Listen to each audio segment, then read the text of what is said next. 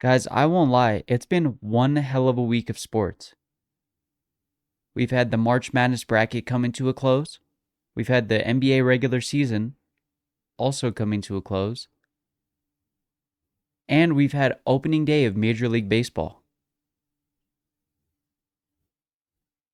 Even the sports that are in off season usually have drama that's worth following. The NFL has so much drama. It feels like a TV show you're watching every single week in and out.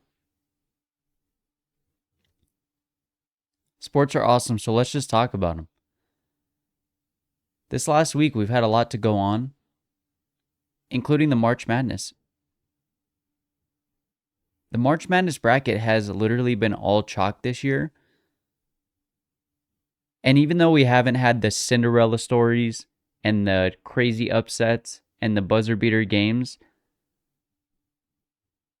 it's all coming down to the wire. And the good thing about it being chalk is that towards the end of the bracket is when we get the insane matchups. The Final Four has all the number one seeds from each division playing. That is so rare and so unlikely. I've always wondered how it happens that the top teams don't end up being the top at the very end. I mean, all number one seeds to make it is like hella unlikely. It's happened not that many times since the March Madness bracket has started, which is wild. That means all those number one seeds have made mistakes or gotten upset by teams that they haven't and shouldn't be upset by. This Final Four, these matchups are compelling. Duke, Houston, Auburn, Florida. Duke, with the number one player in the nation in Cooper Flagg, takes on the number one defense in the nation in Houston. Now, personally, I still think Duke is the better team, but this is the best matchup we could have possibly gotten in the Final Four.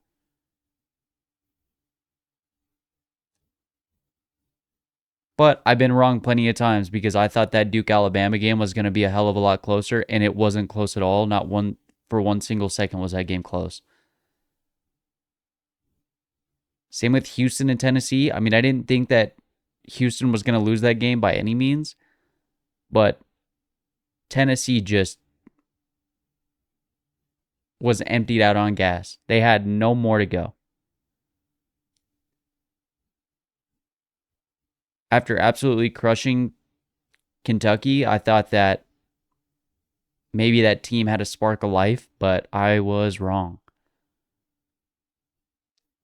And on the other side of the Final Four bracket, we have Auburn and Florida, who feel like the same team to me. They feel like they're both decent at defense, but offense is where they really shine. And they've also got great coaching. I mean, both of these teams have NBA, if not G League starting players for both their starting fives at every position, but they also have players sitting on their bench that are definitely going to play in the NBA. And when these teams get hot, I mean, when they are feeling it, when they are in the zone, there are not many teams that can stop them. Now, the fan in me, the fan of just basketball in me, because I don't have a favorite college basketball team, just wants to see Florida and Duke go at it. If you were to ask me if I'd be upset if it was Auburn, Houston, no, I would not be. Can you imagine the news headlines if Duke gets beat by Houston and they're not in the championship? I mean, from the start of the year, everybody was like, yep, Duke's going to win. Duke's going to just crush everybody. I mean, they have the best players. They have the best team. And then little old Florida has been slowly climbing its way up to being the number one team in the nation. I do want to go over some of the storylines from just like the last couple rounds because I just found some of these things compelling. I know I talked about it last week when it came to Coach Calipari and him being in Arkansas. And the thing that I wrote down when I was watching the games before they lost to Texas Tech was that Calipari's Arkansas was the last standing double-digit seed. They were the last Cinderella team in the tournament. And that felt like a weird sentence for me to write and to say out loud. He was at Kentucky for, 15 years, almost 2 decades? One of the top most blue chip basketball programs in the country. If you're a kid right now who is the best basketball player growing up, even in high school, and you get asked, where do you want to go to college? Just like Duke,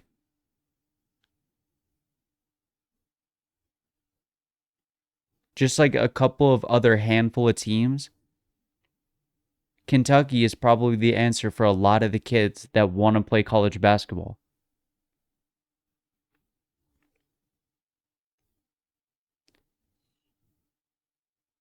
It's so weird that you give Coach Calipari a less successful program, less NIL money, less talent, and he coaches his ass off, upsetting teams throughout the bracket, making it farther in this year's NCAA March Madness bracket than he did in like the last 5 years at Kentucky. I didn't understand it. I don't know if it was a pressure thing, if he felt less pressure and therefore outperformed what we expected of him, or we had such high expectations of the teams that he had with Kentucky that he always let us down when those teams got upset. He went from probably the most hated college basketball coach in the nation to kind of the underdog story, to somebody that we kind of were rooting for, if we're being honest. And that was weird for me to write down and think about.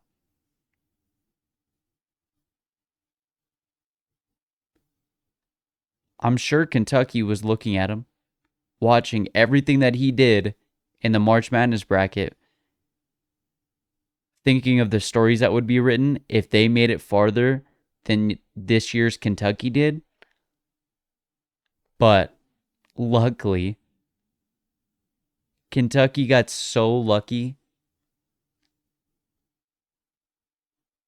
Kentucky got so lucky that somehow Texas Tech found a way to hold off Arkansas, and they just happened to lose in the same round of the bracket, and that Coach Calipari's Arkansas didn't make it further, especially because Kentucky is the number 3 seed in the bracket, and Arkansas was number 10.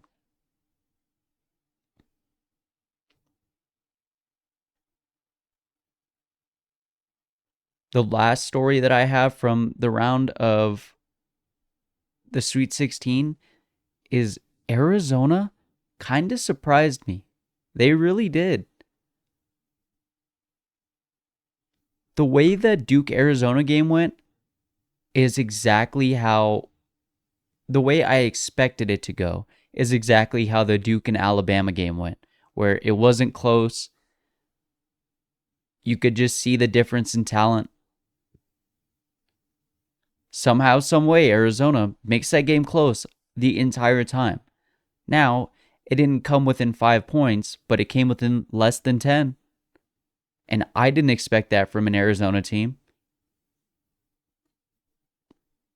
I'm sure that's a big reason why they're getting one of LeBron's kids to go there. And they're getting one of the top high school prospects in the nation. Then we move on to the Sweet 16, where I just mentioned it. Duke crushes Alabama. Houston crushes Tennessee. That side of the bracket wasn't close during either of the games. They were not enjoyable watches by any means. That's what happens when the discrepancy in talent is, the gap is so wide. On the other side of the bracket, we did have a little bit closer games. Auburn still finds a way to beat Michigan State. Michigan State only lost by 6.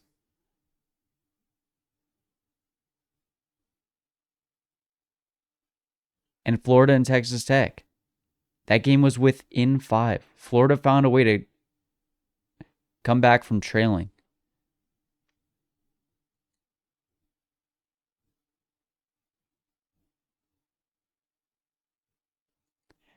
Now,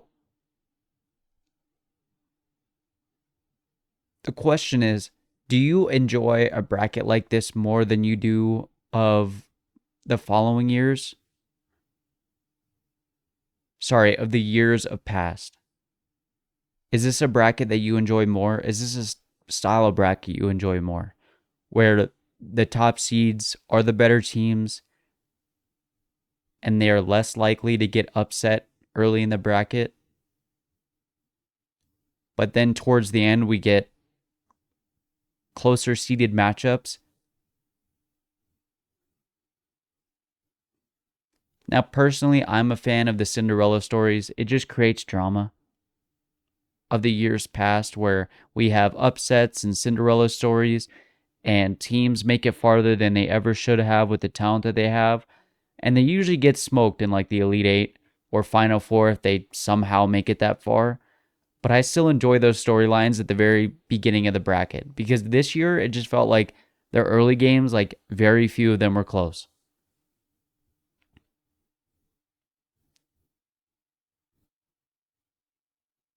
We are lucky to see all 4 number 1 seeds. If you were going to tell me that every year we would have the number 1 seeds make it, the only reason I would enjoy that is the games would be so incredible at the very end of the bracket. There's a chance I might miss a great game when it's in round 1. There are so many teams and so many games being played at the same time. There is no chance I miss the Final 4 games. And that's when we want to see the best of games.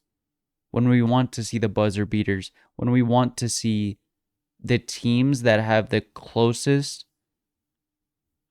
talent level and closest competition level play against each other. Nobody wants to see a bad Super Bowl. Nobody wants to see a blowout Super Bowl. It's the same thought process here.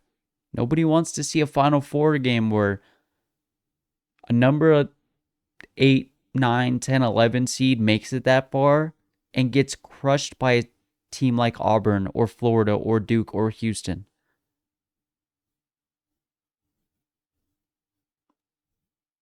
But I'll take the Cinderella stories and I'll take the storylines over what is likely to be a good game in the Final 4. That's what's always made the March Madness style bracket compelling, is that any team can win. Any team can beat any team on any given day. We've had 16 seeds upset 1 seeds or 15 seeds upset 2 seeds.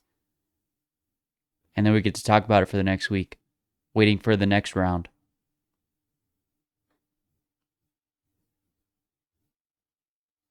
Were you guys as surprised to see this many SEC teams dominating this year?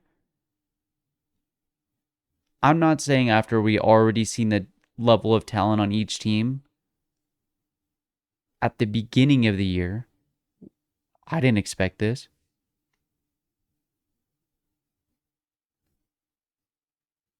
But it imposed a thought like, why have the SEC programs waited this long to do it? I know SEC teams have the most funding. Every kid wants to go to an SEC school. They're always on TV. They're always the best teams in a lot of the sports, especially the highest watch sport in college, which is football. But what the hell took them so long to slide over to basketball? Because we know damn well they didn't care about following They didn't care about following NCAA rules when they were paying for college football championships long before NIL came into effect.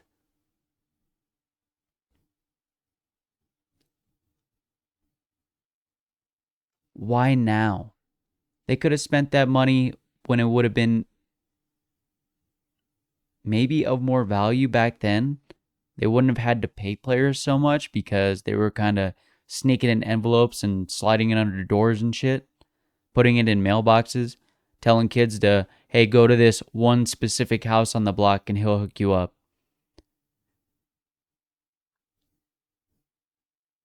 I don't understand why they feel or felt the need to do it now. They didn't care about rules then. What was the worst that would happen? A coach gets fired, the program, gets a slap on the wrist and told to pay $50,000 to charity or whatever.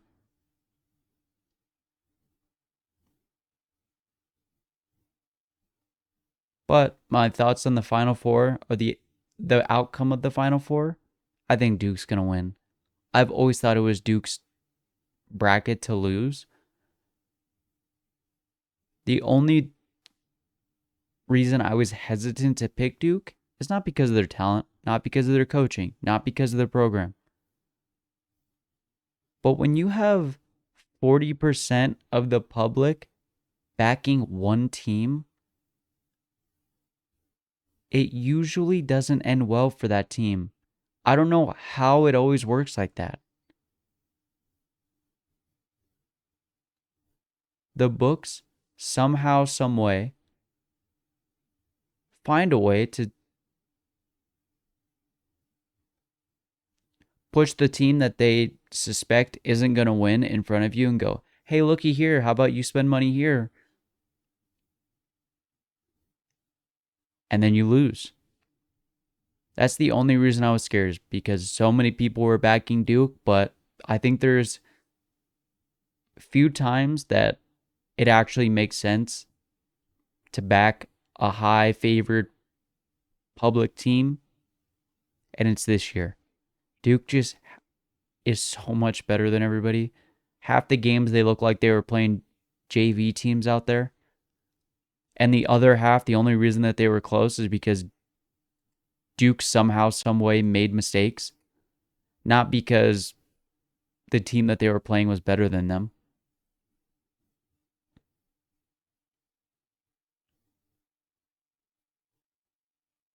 But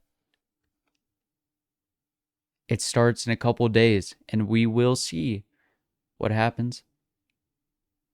I just don't see how Houston can hold Duke, even with them being the best defense in the league. Nobody's been able to stop them so far. That Auburn-Florida game feels like it will be a lot closer than the Duke-Houston game. But I do see Florida coming out with the victory and it being a Duke-Florida national championship. And I see Duke holding that NCAA college basketball championship trophy. And Cooper Flagg winning whatever award is for the best player in the bracket. And for him to go number 1 overall in this year's NBA draft. Let's get into some NBA news. The Memphis Grizzlies fired Taylor Jenkins with less than 20 games to go.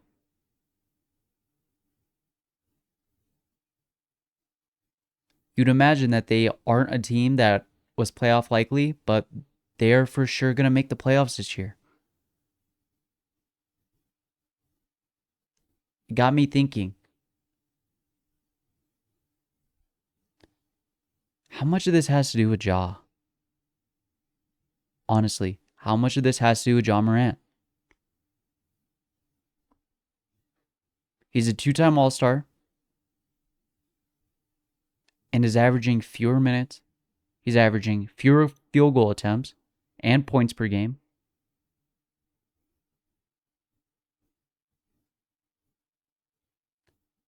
He's averaging all those fewer statistics since his second season in the NBA, before he exploded into All-Star and All-NBA territory. He's posting career lows in touches, time of possession, seconds, and dribbles per touch, and on-ball percentage. And he's shooting less than 30% from the three-point line.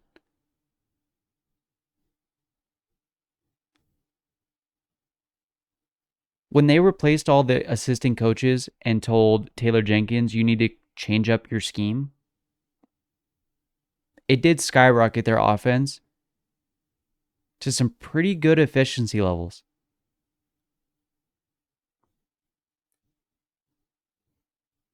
I think the Grizzlies organization is scared that they know the ceiling of this team in its current form, and it's not holding the Larry O'Brien.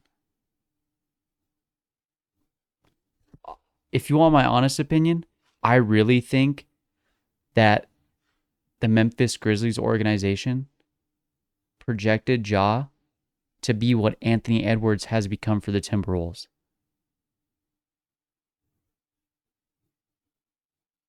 Ja Morant just has missed so many games.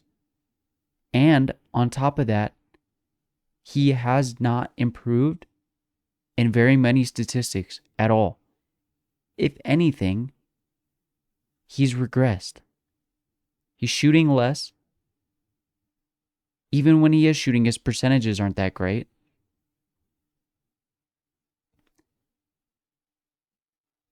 When the Memphis Grizzlies were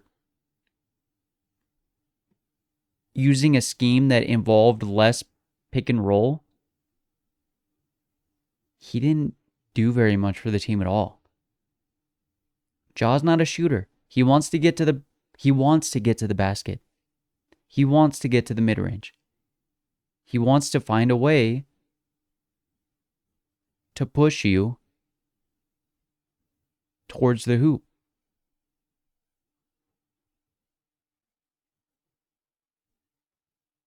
The efficiency levels have improved since they've involved more pick and roll game into their offensive scheme. It's allowed Ja to get to the basket more. But he feels very one-dimensional to me. And for a player of that caliber, of that talent, of that athleticism, you would think that he would want to improve the games that he would want to improve his game in the ways that he is lacking to be the best player possible that he can be. And it doesn't fucking help that Desmond Bane has to yell at Santi Aldama to fucking guard somebody. And they got into it on the sidelines, like almost fist fight level, screaming at each other, pushing each other. The Memphis Grizzlies have too many players on the team that think they're Steph Curry, and not enough Draymonds who want to compete on both sides just to win. Not for any other reason, but just to win. As much as scheme has played a factor, I don't think scheme is the biggest problem on that team. It's selfishness.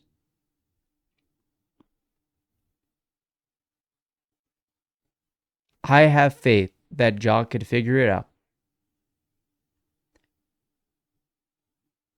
He's one of those caliber of players that you don't see very often. You don't see people in a professional sport who are at the top of their athleticism level, at the top of the game, be able to do what he does? He is a highlight reel after highlight reel player.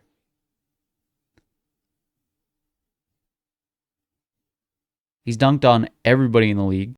If you look up NBA highlights of the last 4 seasons, how many of those highlights do you think are Ja Morant when he is playing?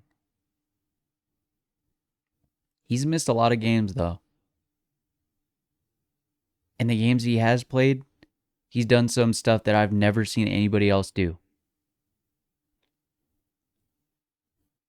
Another player similar to him in that aspect is Zion. The Pelicans shut down CJ McCollum and Zion Williamson for the rest of the season. Zion is another player who hasn't lived up to the expectations. Zion's is a little different this year.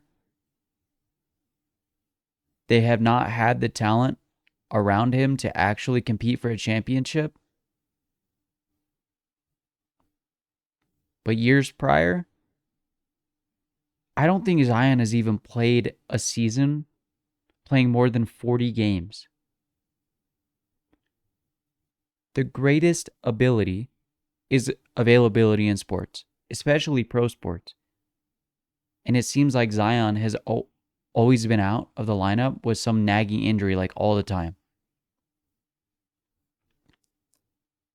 Will he be a trade likely target this year?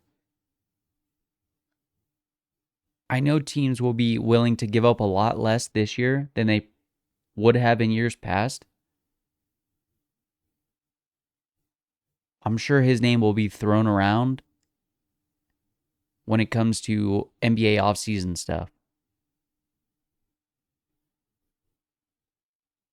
If he does get traded, though, I hope it's to a location that lacks only fans, women, and fried food. Because if it lacks those 2 things, hell, he might be the best player in the NBA. Imagine, hypothetically, imagine if Jokic missed half the games that he's played. Would the Nuggets still be as dominant as they've been the past 5 years? Who cares if Jokic hates championship parades and just wants to be in Serbia with his horses? Guess who shows up every night, dominating? I mean, absolutely dominating everybody. He'll give it to anybody. And then when the game ends, he'll mope off the floor and act like he didn't care and didn't know what he just did. He doesn't want to talk to media. He doesn't want to take pictures. He doesn't want to do more than he has to do. He shows up every night. As much as it seems like Jokic just hates basketball, when you watch him play, you know that man loves it. He loves it. He'll give it to anybody. He'll do it to anybody. He'll do it to any team.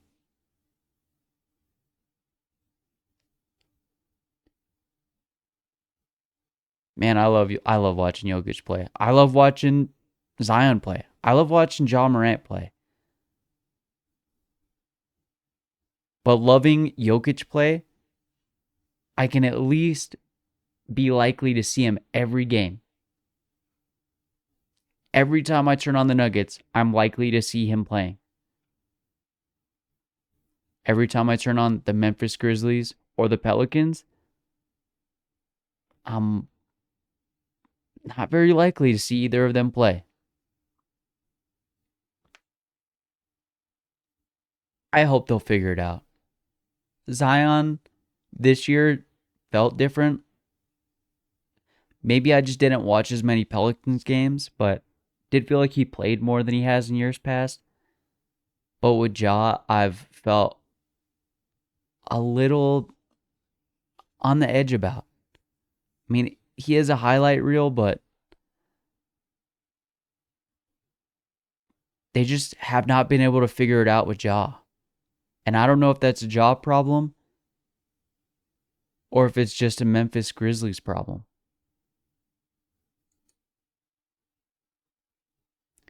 Stephen A. Smith and the LeBron drama has been hilarious to watch. We all know what happened. Stephen A. Smith gets confronted by LeBron James about hot takes regarding Bronny playing in the NBA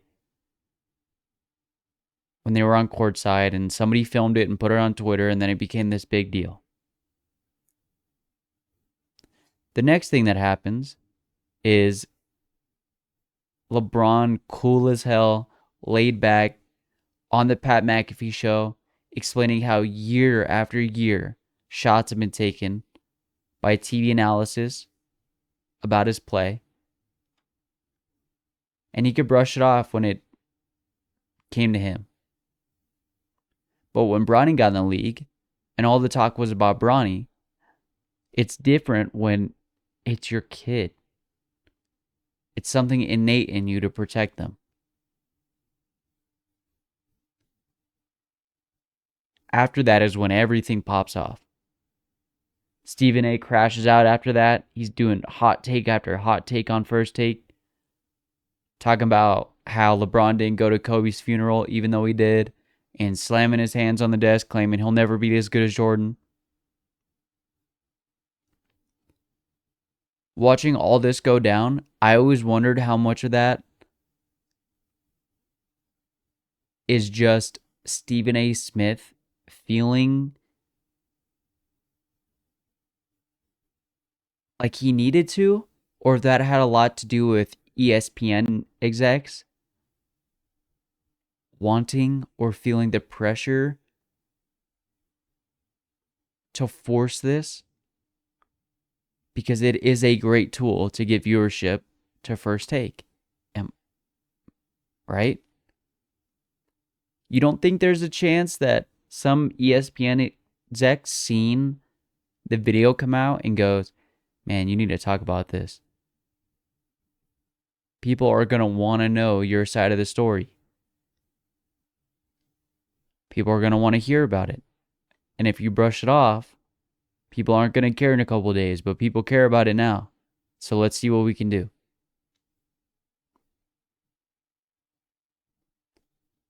Now, it could just be Stephen A. feeling rattled and needing to crash out. But Stephen A.'s never felt like a get emotional, get butthurt type of guy. He's always been logical and intelligent, and this just doesn't feel like him. It's hard not to feel compelled to side with LeBron in this case because LeBron's been so cool about it. Like, he confronts Stephen A. He talks about it a little bit on the Pat McAfee show, and then just doesn't do anything else after that. Just sits back and goes, you take it from here.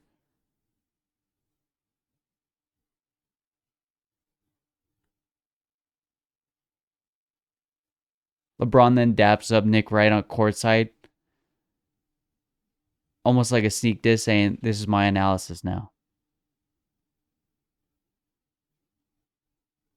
Nick Wright had sided with LeBron before that on his own podcast.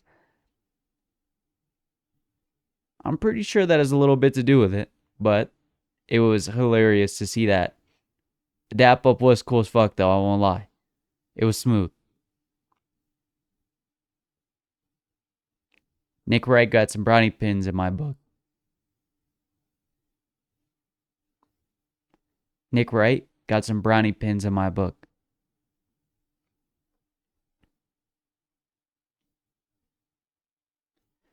The NBA season is coming to a close. The regular season's coming to a close. And I just want to take a look at the NBA playoff picture.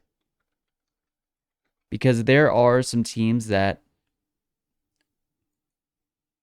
I don't think should be where they are. Some teams that I think are going to get smoked in the playoffs.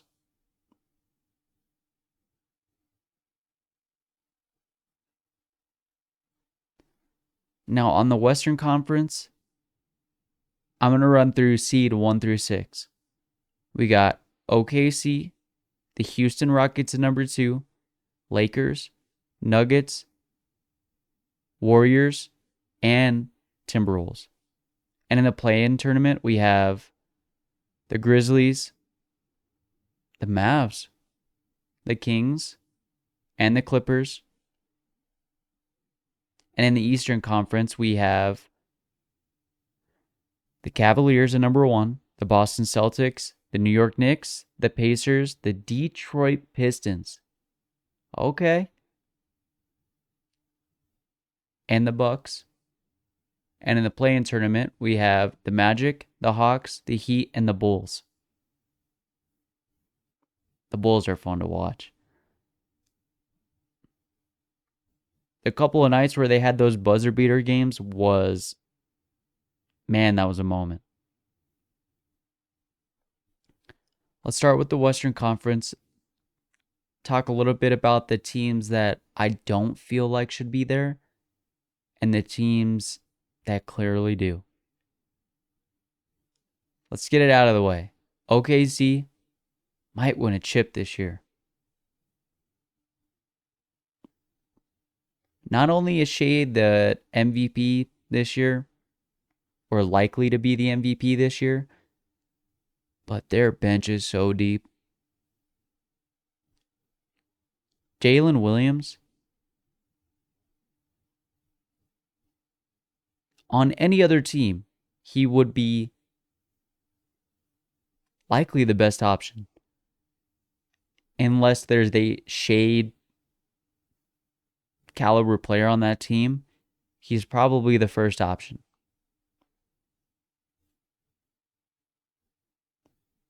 But OKC definitely deserves to be in the number 1 spot. I mean, they're 64-12. They've lost 12 games. A team surprising me this year, the Houston Rockets. Something in me makes me feel like they don't have a shot. Has any team with Dylan Brooks had a shot? I'm just kidding, but I don't feel like they have a shot. They're talented, and they got one hell of a coach. If they get matched up against the Lakers or the Nuggets or the Warriors or even the Timberwolves, do you honestly think that they're the better team in that situation? Because I don't. I have no faith in any of the play-in teams. I have no faith in the Clippers. I have no faith in the Grizzlies. Damn sure don't have any faith in the Mavericks post-Luka trade. And sadly, I don't have any faith in the Kings. The Suns could make it. They're 1 game behind. 2 games behind the Kings. If the Kings get a rough spot and the Suns win a couple games in a row, the Suns could be in. And anyone knows when you have KD on your team and Devin Booker, on any given night they can beat you. They could do some damage in the playoffs. I don't think that they would win the chip by any means, but they could definitely do some damage in the playoffs. They could upset a team. Especially with talent like that. The rest of the teams, 1 through 6, feel like they deserve to be there. But something about the Rockets just makes me feel like they're not the number 2 seed team. They have the record to show it. But I don't think they're better than any of the teams 3 through 6. Let's go to the Eastern Conference. The Cavs, they're 61-15. That record is insane. And I love every player that they have on their team. I really do. I'm a fan of every player on the Cavs. I don't know if it's because they've let me down in years past. I don't have faith. I don't have faith that they can win a chip this year. They might be able to get past round 1, but when it comes to round 2 and the competition gets a little bit closer and the gap isn't as wide, I don't see them being able to hold off most of the teams in the Eastern Conference side of the playoffs. Think they could beat the Celtics? I don't. Think they could beat the Knicks? A healthy Knicks? I don't. Even if Jalen Brunson is out, I think Cat has a chance to beat them. The Pacers, we saw what they did when it comes to playoff time. Tyrese Halliburton's no joke. He'll make you sweat in the playoffs. And he showed it last year. The Pistons, I think they could beat the Pistons. They're likely to be matched up against the Pistons in a round 2 if the Pistons win their first round. Obviously, they're probably not because they're not going to beat any of the higher seeded teams, but the Bucks, I don't have faith in without Dame. I don't. I mean, Giannis is him. Ain't nobody debating that. But without Dame, without a second option that can clear out space, I don't have faith that they could do anything in the playoffs. The play-in tournament might be fun to watch on this side of the bracket only because the competition feels real close to me just within those 4 teams. The Hawks, the Magic, the Heat, the Bulls, they all feel like the same team every given night. They might be able to upset a team better than them on a given night. They might lose to a team that they shouldn't lose to on any given night. This is the first year in I don't know how long since maybe Derrick Rose that I see a little bit of a glimpse of something when it comes to the Bulls. This year, the Bulls, a Kobe White-led Bulls, has been kind of electric. They have been kind of electric. Just a fun team to watch. I'm not saying I can see them winning a chip in the next 5 years or anything like that. But they are exciting. They are fun to watch on any given night.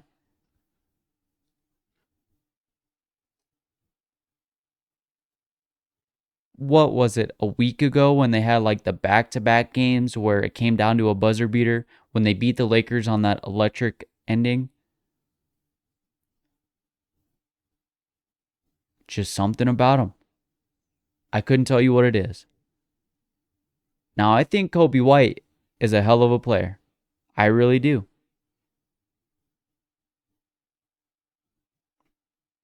I think they'll most likely lose in the play-in tournament. But they are fun to watch.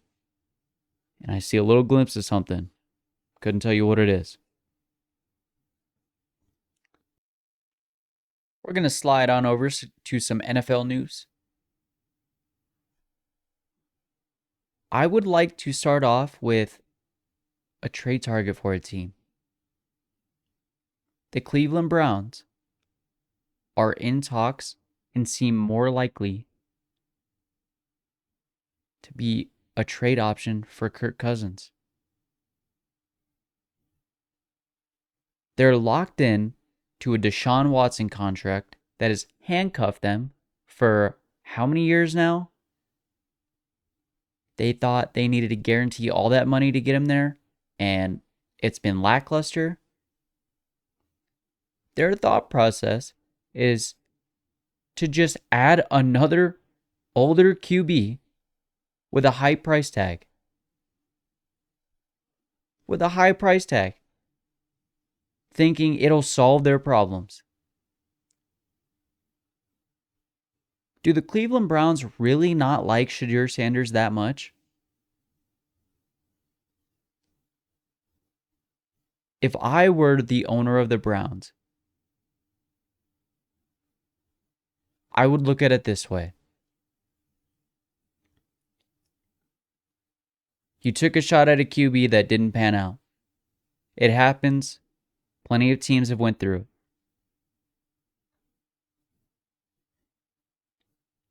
You say, we'll just pay out the contract. We'll go through some bad years. We'll do what we can with what we have. And we'll draft. We'll draft a QB. Let him sit for a year or two. And let him evolve into a starting QB. So that when that contract is finally up, they have a starting talented QB that they drafted that they're not having to pay a lot of money to. Then they can make some splashes in the NFL free agency, and then have a shot to do something for a couple years when they're not paying a QB contract that was guaranteed $240 million.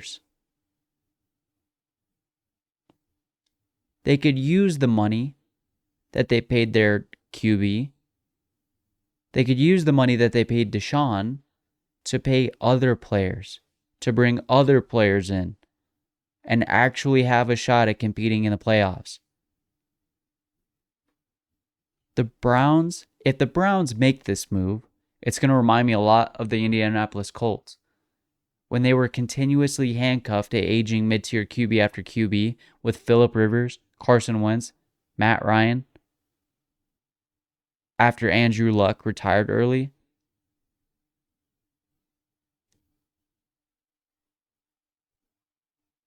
Before Kirk got hurt,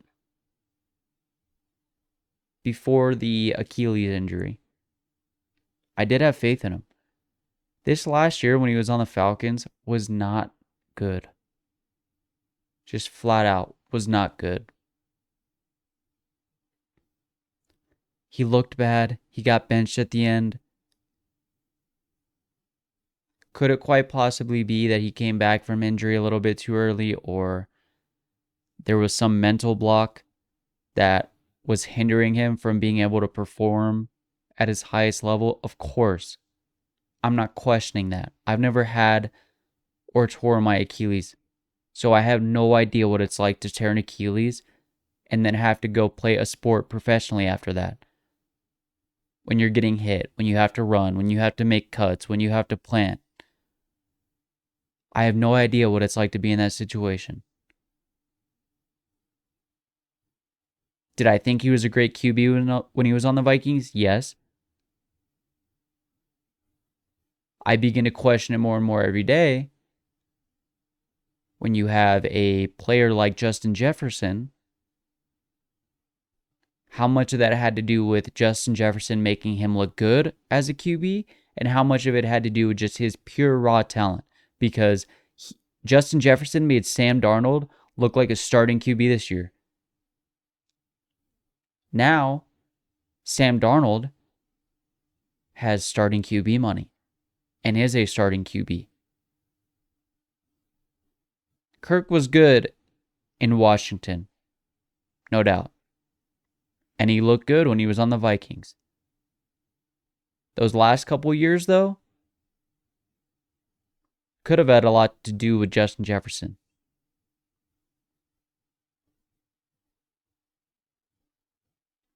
Hell, I don't know if there's any QB that would make Justin Jefferson look bad, and I don't know if Justin Jefferson could ever make any QB look bad. I don't think that could ever happen.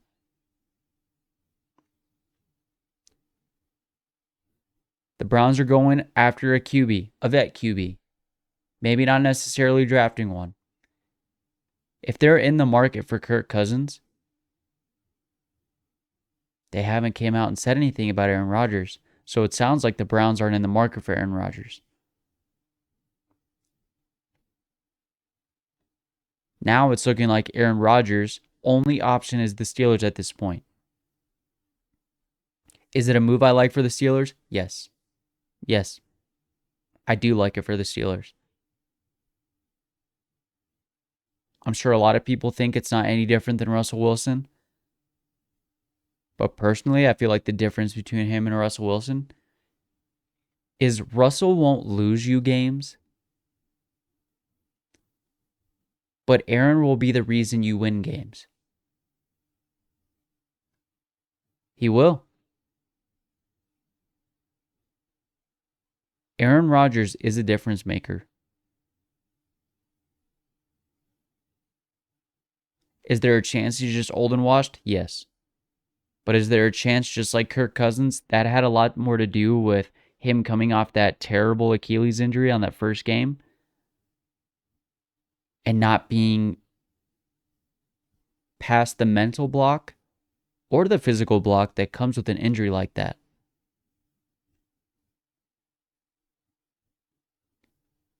Some Steelers vets have come out, though, and spoken. They've spoken that they're pretty hesitant to sign Aaron Rodgers. I don't know if that's a ploy to get him there, to be like, you either come or you don't come. That's pretty much what they said. They said, you don't want to be a Steeler? Then we don't want you to be a Steeler.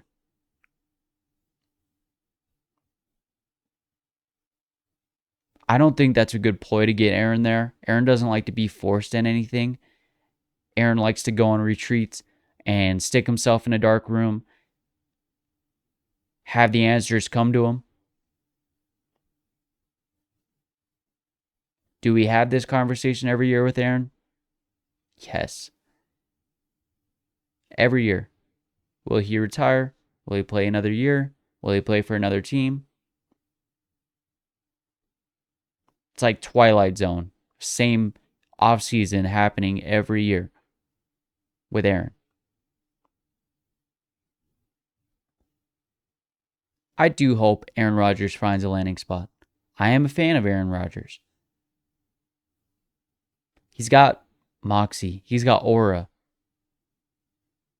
He may be weird. He may like things that a lot of people don't like. He may have a lot of interests that a lot of people are not interested in. He is one of the top 10 QBs of all time, though. No question about that. Aaron may not have all the championships to back that up, but he does have one. And every year, outside of the 1 year with the Jets where he actually played, he's been a difference maker. If he goes to another team this year and shits the bed like he did this last year with the Jets, then my opinion is wrong. But I do feel like Aaron still has it. He still has it.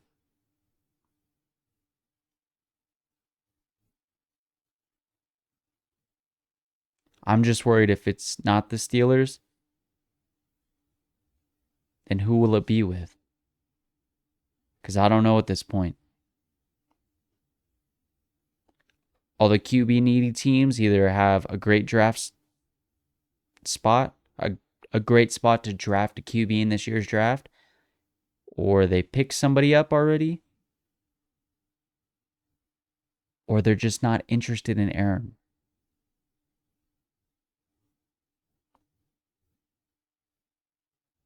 There's a chance that Aaron doesn't play this year.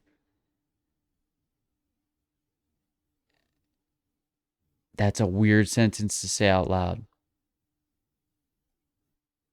Even amid all the years we've had the convo about him retiring.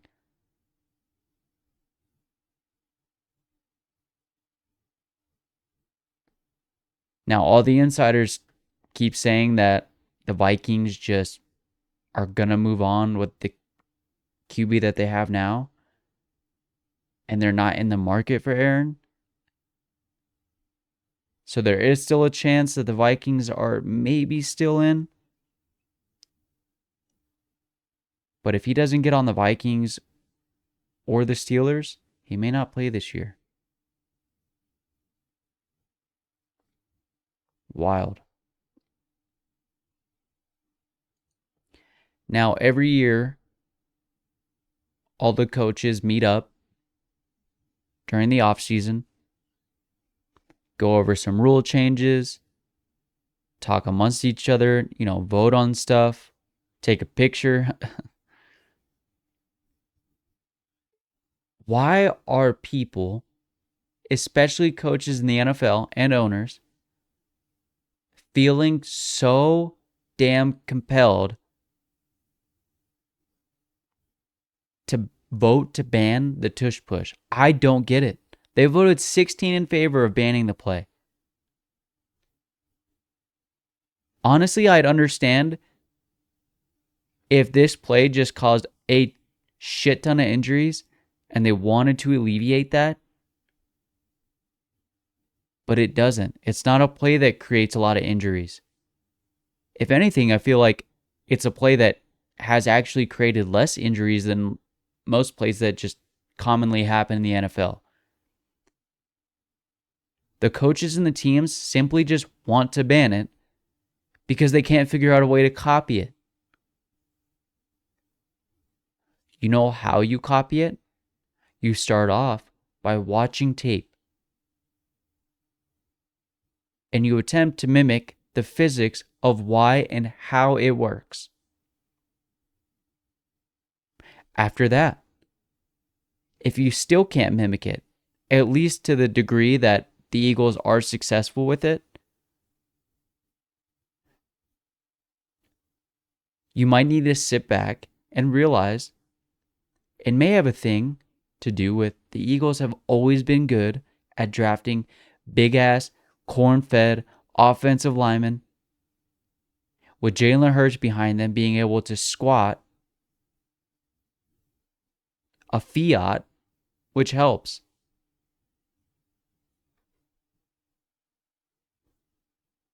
You want to ban the Tush Push because you can't figure it out?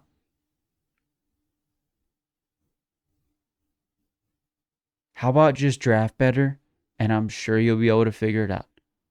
Or start packing on weight to the guys banging in the trenches. Start making your QB lift more. Be interested in working out. I mean, Josh Allen's a big boy. He can run the ball. He can probably bench a lot. He could probably move a lot of people. We've seen it. We've seen him truck over people in the NFL. But I don't think the Bills have as good of an offensive line as the Eagles do.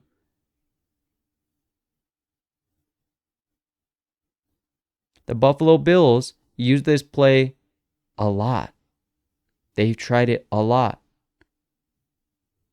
They're still one of the teams in favor to ban the play.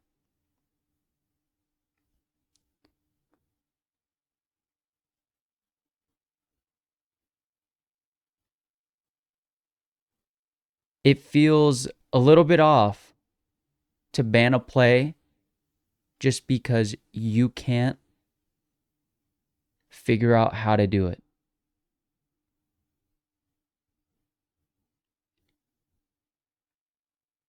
Something about that just does not sit right with me. That's like banning the 49ers back in the day with Jerry Rice. Banning certain pass plays because you're not as good as making a pass play as the 49ers were back then. You want to be as good, draft as good of a wide receiver and as good as a QB. And I'm sure you'll be able to figure it out. Oh, and it helps to have a coach who knows what the hell he's doing, who can scheme a play like that. Try changing some things. If it doesn't work with your players, maybe it's your players.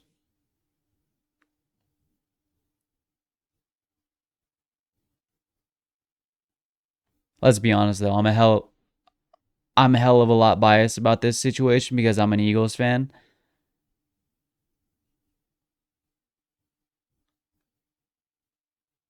I just had and could not understand the reason for the ban. If they put it in the rule book, in the NFL rule book, the Tush Push is banned, and they give a reason why, what would that reason be? It doesn't create injury. They're not doing anything to cheat. So what would the reason be? MLB, opening day. It already arrived. It started. Paul Skeens comes out with some filthy-ass pitches. I think on his first opening day start, he racked up like 16 whiffs and 7 with his new splinter. He's not just a fastball pitcher anymore. He did have 6 strikeouts with his fastball and a couple with his changeup. But Paul schemed, even though the Pirates look bad, still the cover athlete.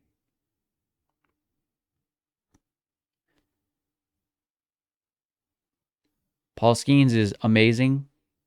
He has not been the number one story in the MLB since opening day. You know what has been? The New York Yankees came out on opening day with a new design for the wooden bat. It is called the Torpedo bat, and the name perfectly explains the shape of the bat. It looks like a torpedo. Remember when you used to be in the pool? When you were a kid, hanging out, playing with your friends, you used to throw that torpedo thing down and it would spin underwater and you try to catch it? It looks just like that. Why is it being talked about? Because the Yankees cranked 15 balls yard during their first 3 games, which set an MLB record. That's an average of 5 home runs a game. Imagine if a team averaged 5 home runs a game.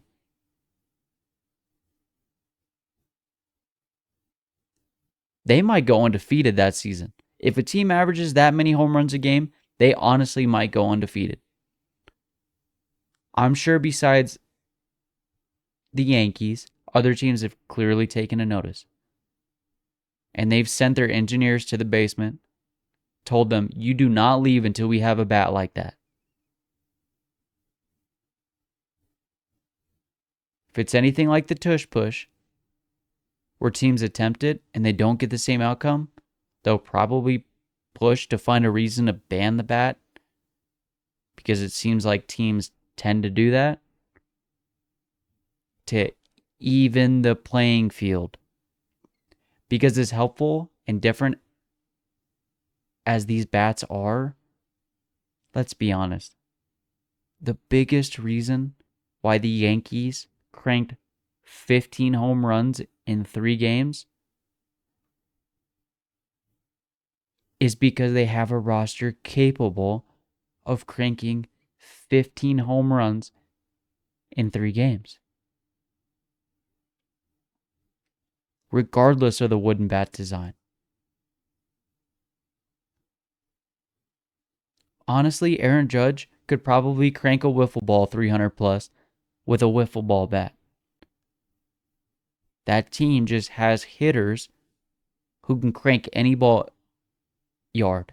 They can honestly crank any ball yard. The New York Yankees may be hated by a lot of fans, a lot of teams, but nobody can deny the talent they have on their roster. Aaron Judge has been him since high school, let alone the other players in their starting lineup. The Torpedo bat does look cool, and I'm glad that they're changing something to an old game and making something new come out of an old game. Same thing with the pitch clock. It's just nice to see that they're still trying to evolve the game while still trying to preserve the history. Baseball can get a little stale at times. There's a lot of games, so not every single game matters. But when it comes to playoff time, baseball is electric.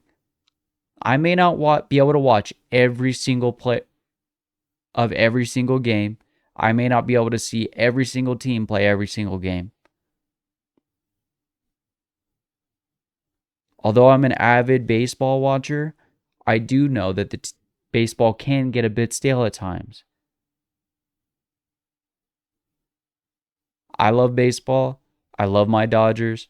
I love watching other teams of other players on other teams because I like baseball in general. But MLB is electric when it comes to October. When it comes towards the end of the season, when those games get close, when you get nervous, when there's a lot of angst building up. It's a long game. It's a long season.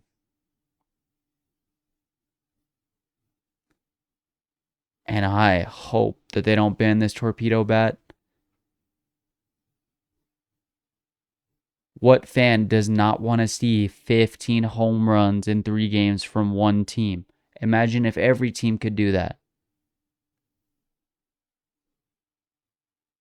Fans look back on the steroid era like it was God's gift to earth. Like it was the greatest moment in baseball history.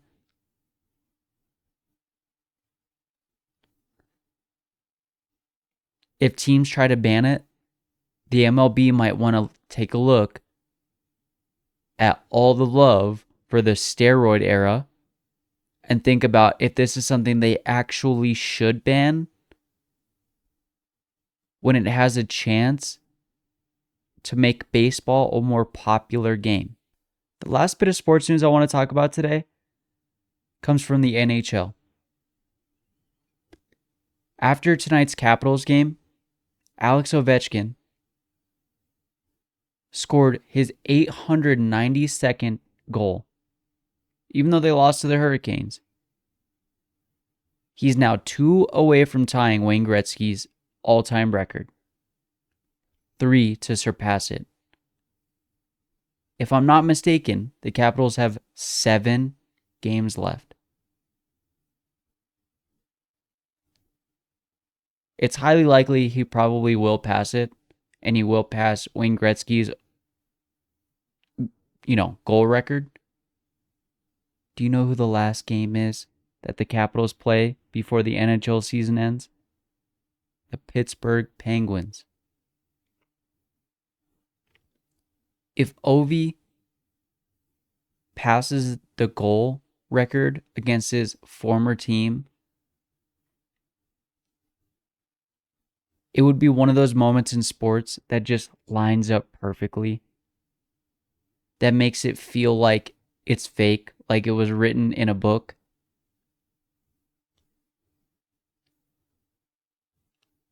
I wonder where this puts him in the all-time conversation for greatest hockey player ever. Top 5, maybe? Even with him surpassing Gretzky's record, if he does, I don't think anybody would have him over Wayne Gretzky. Wayne Gretzky was just that good at hockey. I'm praying that he is able to pass the record before the Capitals end their regular season.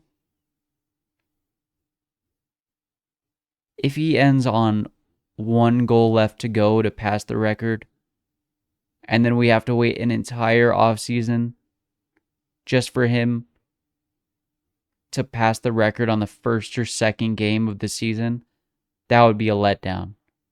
I really do hope we get to see it before the season ends. He only needs 3. With hockey, that could happen in the next Capitals game, or that could happen a year and a half from now. Sometimes you're hot, sometimes you're cold.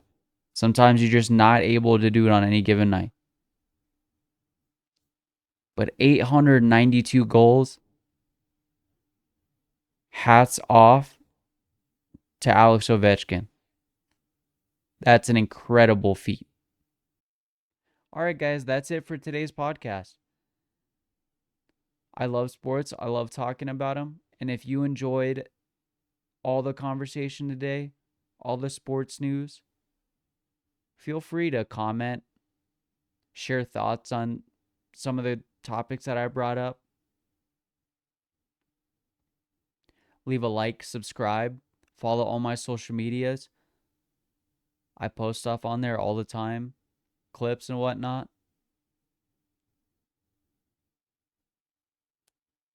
Thank you guys so much for listening to today's podcast, and I will see you on the next one. Let's enjoy this ending of the March Madness bracket. Let's enjoy the ending of the NBA regular season. And let's enjoy MLB because it just started and we have a long season to go.